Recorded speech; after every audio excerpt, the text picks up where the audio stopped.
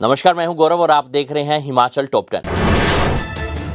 6 मुख्य संसदीय सचिवों के हटने के बाद प्रदेश में सियासी संतुलन बैठाना सरकार के लिए चुनौती बन गया है। एक कैबिनेट मंत्री पद सहित कई निगम और बोर्डों में अध्यक्षों और उपाध्यक्षों के पद खाली चल रहे हैं। सीपीएस पद से हटे विधायकों की यहां नियुक्तियां हो सकती हैं। कांग्रेस की गठित हो रही नई कार्यकारिणी में भी इन विधायकों की एडजस्टमेंट की जा सकती है।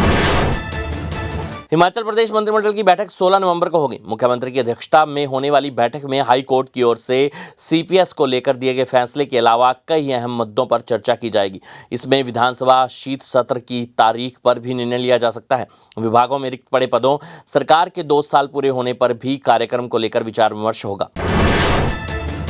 हिमाचल प्रदेश के कुल्लू जिले की पार्वती घाटी के प्रसिद्ध पर्यटन स्थल कसोल में 45 होटलों, होमस्टे और कैंपिंग साइट बिना पंजीकरण के चल रही हैं। प्रशासन की संयुक्त कमेटी की जांच के बाद पर्यटन विभाग ने इन सभी व्यावसायिक गतिविधियों को आगामी आदेश तक बंद कर दिया गया।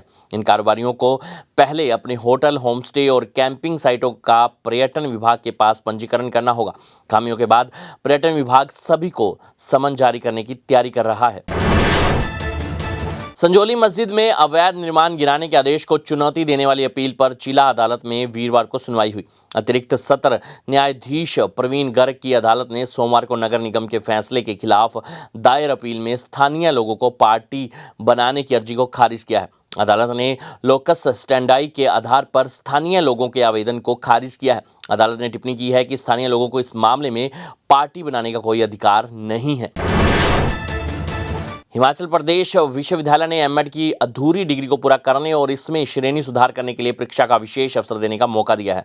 विश्वविद्यालय की कार्यकारिणी परिषद की 28 सितंबर को बैठक से इस प्रस्ताव को मंजूरी मिलने के बाद विश्वविद्यालय के परीक्षा नियंत्रक ने इस विशेष अवसर को दिए जाने की अधिसूचना जारी कर दी है। हिमाचल प्रदेश के शिमला जिले के रोहडू क्षेत्र के अंदरवठी गांव की शिव्या बल्टाहन ने 1 साल 11 माह की उम्र में 1 मिनट 45 सेकंड में 40 देशों के झंडे और उनकी राजधानी की पहचान कर विश्व रिकॉर्ड बनाया है। असाधारण उपलब्धि को आधिकारिक तौर पर world book of records London की ओर से मान्यता दी गई है। 60 करोड़ की संपत्ति सरकार को दान करने वाले नादौन के जोसलपड़ निवासी डॉक्टर राजेंद्र कंवर ने अब देहादान करने का निर्णय लिया है। साल 2021 में सरकार को अपनी संपत्ति दान कर दी थी। खास बात यह है कि 72 वर्ष की आयु में चंद रुपए में वह अपने घर पर ही मरीजों का उपचार कर रहे हैं। स्वास्थ्य विभाग में 3 जनवरी 1977 में बतौर चिकित्सक ज्वाइन करने वाले फिजिशियन डॉक्टर कंवर ने लगातार 33 वर्षों तक सेवाएं दी हैं। उन्होंने अपनी व धर्मपत्नी की चल अचल संपत्ति जुलाई 2021 में सरकार के नाम कर दी। हिमाचल प्रदेश के शिमला जिले में युवाओं और बच्चों तक नशे का सामान महिलाओं के जरिए पहुंचाया जा रहा है। यही नहीं, कई महिलाएं चिट्टे की भी आदी हो गई हैं। इस साल अभी तक नशे की तस्करी में 19 महिलाओं को गिरफ्तार किया जा चुका है। रामपुर, कोटखाई और शिमला में एनडीपीएस के कई मामलों में महिलाओं को पुलिस पकड़ चुकी है। शिमला में दर्ज एनडीपीएस के मामलों में जांच में यह खुलासा हुआ है। हिमाचल प्रदेश में जल्द ही बिजली उपभोक्ताओं को प्रीपेड मीटर की सुविधा मिलेगी। उपभोक्ताओं को वर्तमान टैरिफ से 1% कम दरें प्रीपेड मीटर पर मिलेंगी। राज्य बिजली बोर्ड प्रबंधन ने प्रीपेड मीटर लगाने की व्यवस्था के लिए कमेटी गठित कर दी है। जल्द ही कमेटी की ओर से अपनी रिपोर्ट प्रबंधन निदेशक को सौंपी जाएंगी। इसके बाद मामला सरकार की मंजूरी के लिए भी भेजा जाएगा।